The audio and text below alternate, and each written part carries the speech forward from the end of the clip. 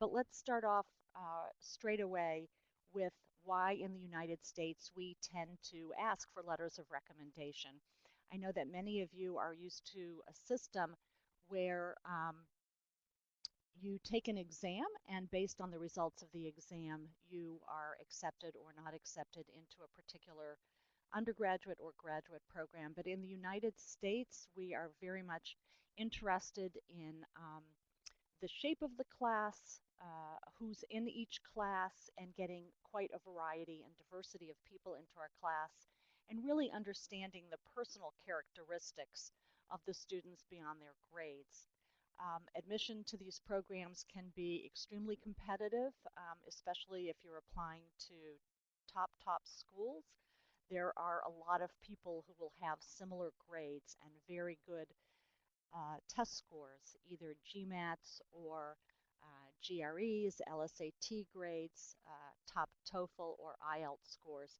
So for us, it's important that we can distinguish applicants who have these very good grades or who might not have top grades, but who have similar grades.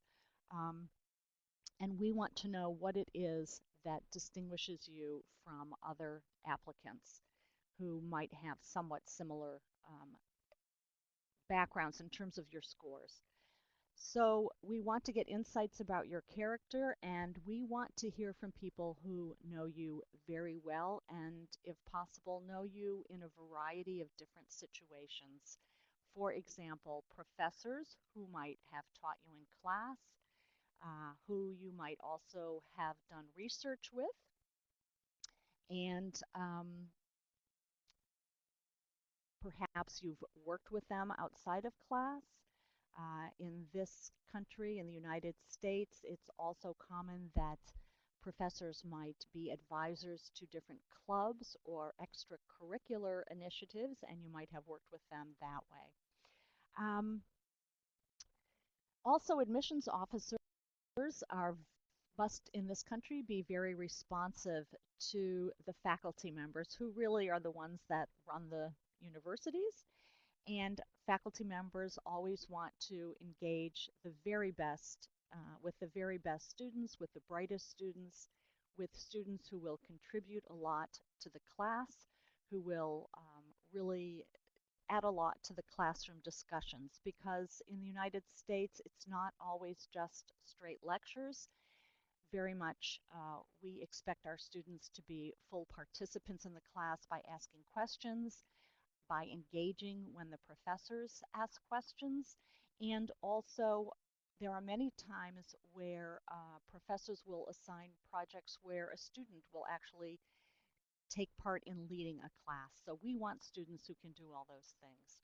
We want to know how you learn, who you are as a person, and absolutely the best letters will make you as an applicant jump off the page. So who are good recommenders? And again, we want recommenders who can really provide insights into your personality, into your character. If you have had to deal with particular challenges in your life, we would like to know about that and how you've overcome those. For example, I was in Kiev about 2 months ago, and I met somebody who had to evacuate from the eastern part of Ukraine to Kiev because of the war that's going on there. And so if she were to have somebody talk about that, a former employer, um, in her recommendation and how she's dealt with that, that would be something that would be very interesting to us, because it shows how she deals with adversity and gives us some real sense of who she is as a person. We also want very specific examples. So just to say that you're a hard worker doesn't really tell us much, because there are lots of hard workers. To say that you're brilliant, that's great, but it doesn't tell us too much. We need somebody to give very specific examples of how you are a hard worker, how you've overcome a challenge, or how you are brilliant. And then in the next bullet point, I talk about how we would like your recommender to speak about the specific university to which you're applying and the specific program. If you are applying to, let's say, a graduate program in the sciences, uh, it's helpful if the recommender has a sense of that program. And since there are many distinct programs in the United States at graduate schools, if the recommender can give insight about how you would do in that particular program, that's very helpful. If you have a recommender who is an alumnus or an alumna of a specific program, that can often be very helpful because that alumnus will have a true sense of what's involved in getting through that program and being successful in that program, and so can compare his or her experiences in that program with what they know about you and how you will do in that program. And you want somebody who will really take the time to think about their letter, write something that's very compelling, that really grabs the reader's attention. I can tell you that we read lots and lots of recommendation letters. We read lots of applicants' files each year. And when we see a good letter, it can really make a difference in the applicant's potential for admission, because I have seen cases at this school and in previous schools where I have worked where maybe the applicant's personal statement is okay and maybe their grades are on the borderline between okay and good, but then you read letters of recommendation that really talk about the student and who they are as an individual, and all of a sudden you can't wait to have the student in your classroom.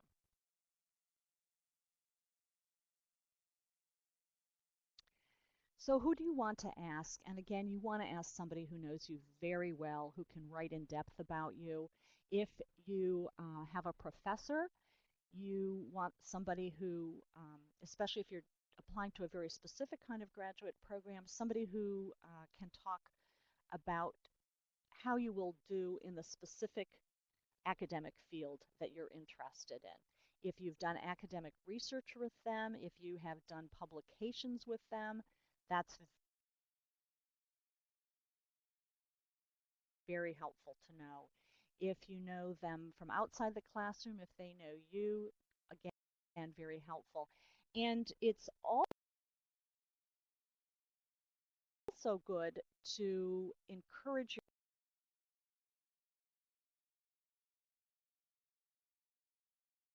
your recommenders. It's really something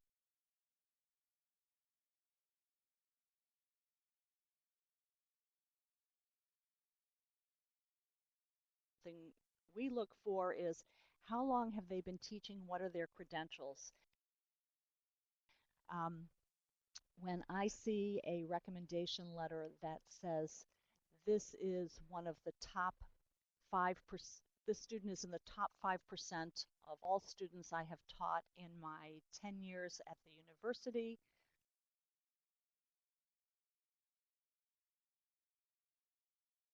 something like that really stands out. Or this is the top student in the class of 150 students who are graduating this year, that stands out. So giving a sense of perspective, where the student stands in the class and where the student compares to other students, especially when we have a sense of the credentials of the recommender. And the same thing applies to employers. We know not all students will have worked. Again, it depends on the type of graduate program you're applying to.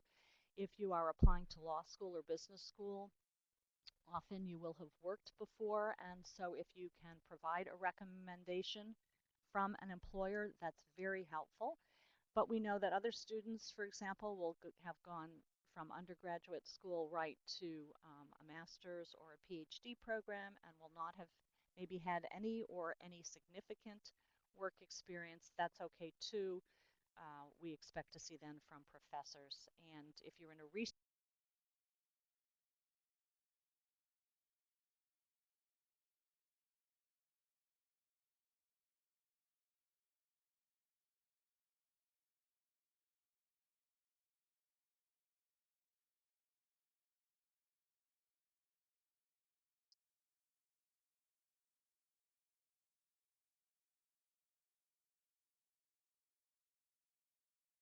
research discipline, you want to get professors with whom you've had research experience. Now, if you have people that you're not sure about asking to write a recommendation, um, the thing to do is just ask them outright whether or not that particular person will feel comfortable recommending you or writing you a letter of recommendation. Our faculty at the law school here are often asked to write recommendations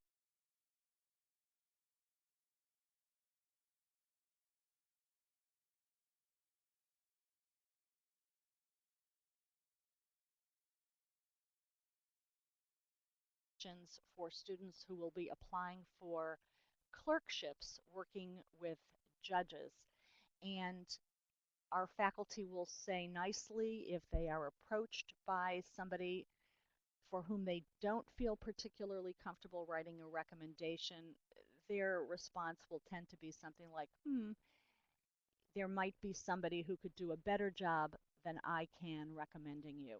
And the last thing you want is a recommendation which is very um, mediocre or worse, negative, because that will doom your application. So you want to make sure that you can get a very positive recommendation. In most cases, you will know who can provide a great recommendation for you, but if you're not sure, definitely ask and give that potential recommender a chance to say no, because you want the very best recommendations you can get. Okay, who should you not ask? Definitely do not ask your friends and don't ask family members, and because nobody will believe those anyway, and they, in the letter of recommendation, will have to say how they know you. And as soon as I hear that you're a friend or you're a family member, I expect those people to write excellent recommendations, but they won't be able to provide the kinds of insights that I'm looking for in terms of your ability to shine in the classroom and be productive in the university setting. If you know somebody who has a very fancy title, maybe they are the executive director of an organization, they are the president of some company, but you've met them once and you don't really know them, do not use them as a recommendation, because again, they will not be able to provide the insights that we need to see. And if you think that the person will not take the time to write an in-depth recommendation, again, not so helpful to use them.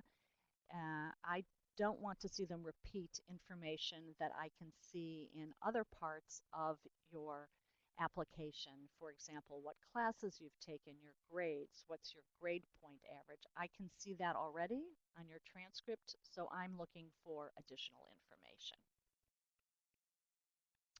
And when do you ask? So teachers and employers, they want you to succeed, and it makes them look good if their students or their professional proteges do well. So you want to make it possible for them to help you so that they can do well by having you do well. You will know already if you've started writing your personal statements or if you've completed them that it takes a long time to do a good job. And so you want to give your recommenders plenty of time to write a really excellent letter of recommendation. Uh, so don't ask them 48 hours before it's due. Give them plenty of time to do a good job. Also, there may be certain professors who are very popular or who are extremely distinguished. And if they have a number of students applying to schools, to graduate programs, let's say in the United States or in other countries that might require letters of recommendation, it is likely they will be asked to write several letters of recommendation. So you want to give them, again, at least a month to complete their letter so that, again, they have the time to do the kind of job that you want them to do on your behalf. So how do you ask these people? The first thing is, again, you're busy, they're very busy. Make an appointment to meet with them in their office, at least I would say a half hour, and You do that because you want to ask them in person. They may be very busy doing other things. Maybe they want to write you a recommendation letter, but for some reason they can't. Maybe they decide they're not the best person. Mostly, potential writers of your letters of recommendation will be very flattered that you've asked them because it shows that you have tremendous respect for them, and again, they will want to do a great job for you. And after you ask them and after they say that they will be delighted to help you, what you want to do is follow up with an email that is very, very specific about what you need from them. You want to give them the name of the university. You want to give them the name of the program and be very specific. Make sure that you give them the official name of the school. For example, I used to work at the Wharton School at the University of Pennsylvania. Everybody calls it the Wharton School of Business. That's really not its name. It's the Wharton School of the University of Pennsylvania. So things like that, because when they put that information in their letter of recommendation, you want it to be the correct information.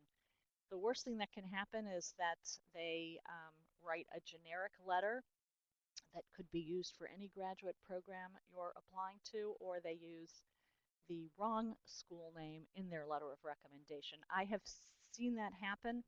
Um, we it's an issue because we sort of wonder what kind of attention they're paying to the letter and how much respect then do they really have for you as an applicant. But we understand that they're very busy. What you want to make sure is that in your own personal statement and any other correspondence you have personally with the university to which you're applying, that you use the correct name. I have seen personal statements that use the name of the wrong school, and right away we sort of stop considering them for admission because we really worry about their attention to detail and whether they are serious about what they're doing. If the recommender is asked to send the email, it depends on how you apply and the graduate program.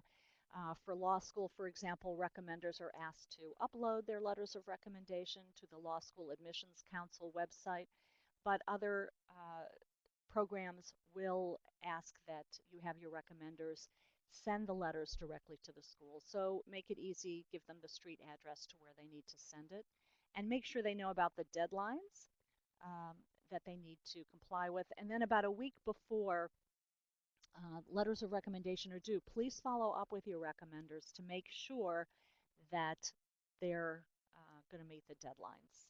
And it's just a really helpful reminder, and it will also set your mind at ease to know that everything's going the way it should.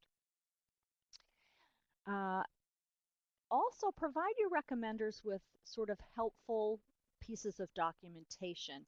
If there are certain things you want the recommenders to stress, again, challenges you've overcome, strengths, accomplishments, personal interests, specific achievements, please, it's fine to give them that information. You're not writing the letter for them. You should never write the letter on behalf of your recommender, but you want to make it easy for them to write a detailed letter. And you can do that also by supplying them either with your resume, with your CV, your curriculum vitae. If you're an academic, a resume, if you're applying, let's say, to a business school, and writing samples if you have that, particularly if you have already been published either on your own or with a professor. And most schools in the United States will ask whether you will waive your right, give up your right to actually see your letters of recommendation once they've been submitted.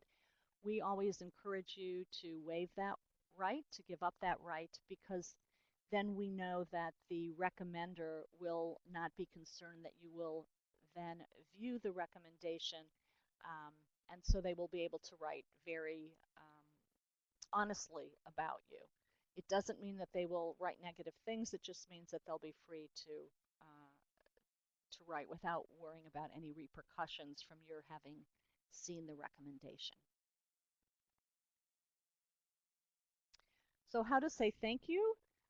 I always suggest that you use a handwritten note to thank your recommender. Everybody does email, everybody does Skype, web chats, everything, webinars.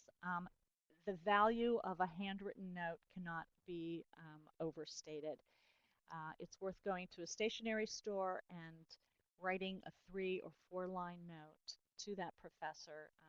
They never get them anymore, so when they see yours, it will really stand out. And then once you've decided where you're going to go to graduate school, write to them again. Let them know where you're going, how much you appreciated their support. These people will continue to be, over time, as they will become your colleagues, they will become part of your network. So continue, maintain those relationships. Send them a note or an email once or twice a year. Tell them how graduate school is going. Um, Maintain that relationship. That will be really important to you because when you get out of graduate school, you just want to make them part of your long-term network. So don't ask them to do you this big favor because it does take a lot of time to write a recommendation, and then just sort of drop them. That was my phone ringing, and I've just turned that off. Thank you. Okay. So on the next 2 pages, I have resources links to resources that you can use, and I'll just go through them very quickly. The first resource, actually I'm going to focus on the second one, which is called A Guide to Writing Letters of Recommendation for MIT. For those of you who may not know, MIT is the Massachusetts Institute of Technology. It's an extremely prestigious university in the United States, one of the top universities for sciences in the US. And they have this is an excellent link to provide with potential recommenders. And the reason is that it provides examples of letters of recommendation, and it then provides critiques of those letters of recommendation.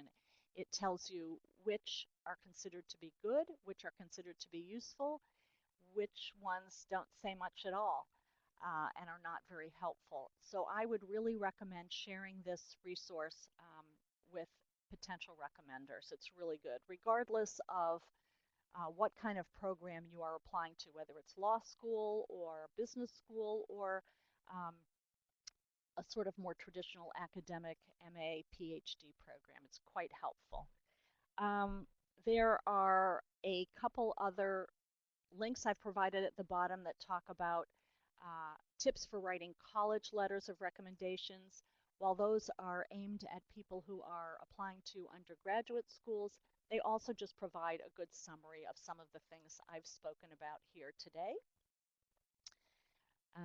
And the last bullet point does provide, again, some more samples, letters, and critiques, but start out with the one from MIT.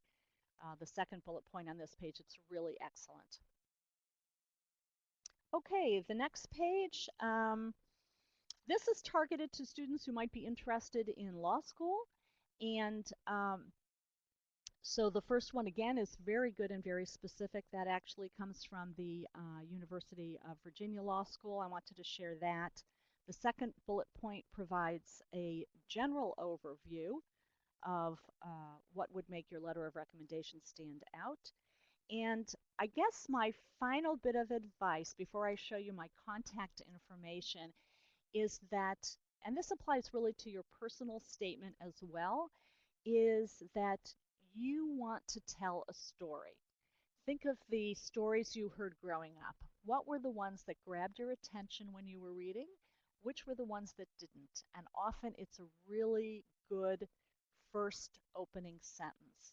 Again, we read lots and lots and lots of applicant files. And when we see a recommendation letter or a personal statement that starts out with a really enticing first sentence, one that really grabs you, we are drawn in right away, and already we start to feel good. This is something that we feel enthusiastic about. So really encourage people. It's that opening sentence that really grabs you. Um, we want you to tell us a story and make it one that's really engaging, that really grabs our attention from the beginning. Make me want to read about